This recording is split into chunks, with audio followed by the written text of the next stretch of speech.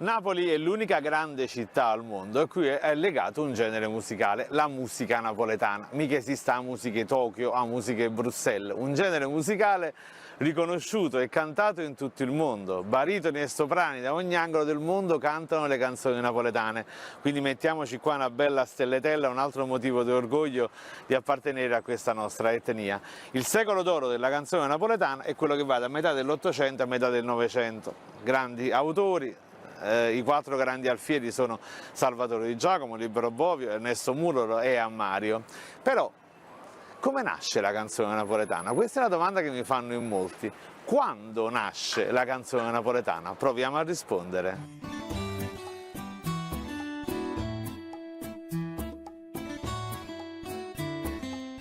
La canzone napoletana invece ha proprio una sorta di data di nascita sulla carta d'identità, il 7 settembre 1835. Ma come tu dici, ma è possibile che una canzone, un genere musicale nasce in un giorno? Sì, convenzionalmente questa data è considerata quella in cui avviene il passaggio fra la musica popolare e la musica d'autore. Nasce la canzone d'autore napoletana, nasce la prima grande canzone napoletana che avrà un autore di testi, Raffaele Sacco, e un autore della musica, niente proprio di meno che probabilmente Gaetano Donizetti. Ma la storia della canzone napoletana è probabilmente molto più antica. C'è chi la fa risalire al 1200, quando Federico II creò l'università che porta il suo nome, la Federico II, la prima università laica d'Italia e quindi d'Europa, in contrapposizione all'Università Cattolica di Bologna mecenata a Stellatella K. Bene, Federico II creò, attrasse, come devo dire, autori, artisti, poeti da ogni angolo d'Europa e pose le basi, creò quell'humus culturale per far nascere la canzone napoletana. Nel 300 i primi canti delle Lavandali del Vomero, nel 500 le prime villanelle che erano canti a uno o più voci, nel 600 abbiamo già il Michele Ma, attribuita a Salvatore Rosa, sempre nel 600 Feneste Calucive, insomma tante canzoni fino ad arrivare al 700 quando c'è l'esplosione della Napoli musicale, 4 conservatori e nascono canzoni come Palummele son per vola o Guarracine, Cicernelle che teneva, fino a quel famoso 7 settembre 1835 quando un ottico di Spaccanapoli, Raffaele Sacco, uno che era un dilettante veramente sconosciuto fino a quel tempo, creerà una canzone che sarà un successo colossale. La leggenda vuole che quella sera Raffaele Sacco era una festa fra amici, quasi schermendosi, quasi chiedendo scusa, dice: anche noi uomini di scienza a volte indulgiamo in alcune passioni, avrei scritto una canzoncina, e presentò questi versi che dal giorno dopo diventarono il tormentone della città. La canzone più famosa: a Napoli non si cantava altro, da queste finestre dell'ottica Sacco uscirono fuori, andarono in strada e a Napoli si cantava solamente io ti voglio bene assai e tu non pensi a me.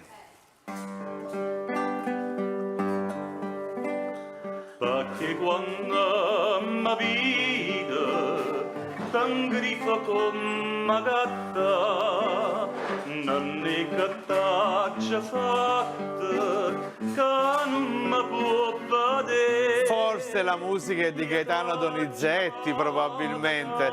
Secondo Ettore De Mura, storico della musica, in realtà è di Filippo Campanella. Io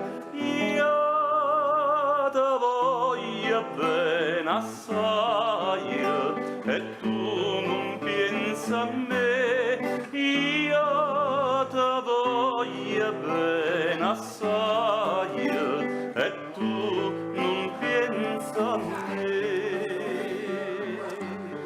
Ovviamente il successo della canzone suscitò l'ira, la gelosia di tutti i grandi autori. Nacquero addirittura canzoni a dispetto. Io non t'aggia amato mai, non voglio pensare a te. E addirittura lungo la via Toledo, nottetempo, insomma, delle notti successivi, pare che qualche geloso stampò a proprie spese un manifesto in cui era scritto: a me la canzone io ti voglio bene assai non mi piace, perché ne ama sempre mettere la coppa. Questo è, dopo 200 anni, è una canzone ancora estremamente attuale. Finanche il cardinale Sisto Iriario Sforza, insomma, si chiamò il Cavaliere Sacco e disse: Cavaliere, ma lei aveva questo talento, ma non poteva mettere il suo talento al servizio della causa religiosa piuttosto che della causa civile? Invece di fare una canzone d'amore facciamo una canzone dedicata a Dio. No, allora il grande Raffaele Sacco mi attetta una grande pezza a colore. Cardinale, ma voi che avete capito? Io nelle parole io ti voglio bene assai e tu non pensi a me. E vedo nostro Signore che si rivolge all'uomo e dice io ti voglio bene assai e tu non pensi a me. Insomma, mi attetta una grande pezza a colore. Io ti voglio bene assai e tu non pensi a me. Io ti voglio bene assai e tu non pensi a me.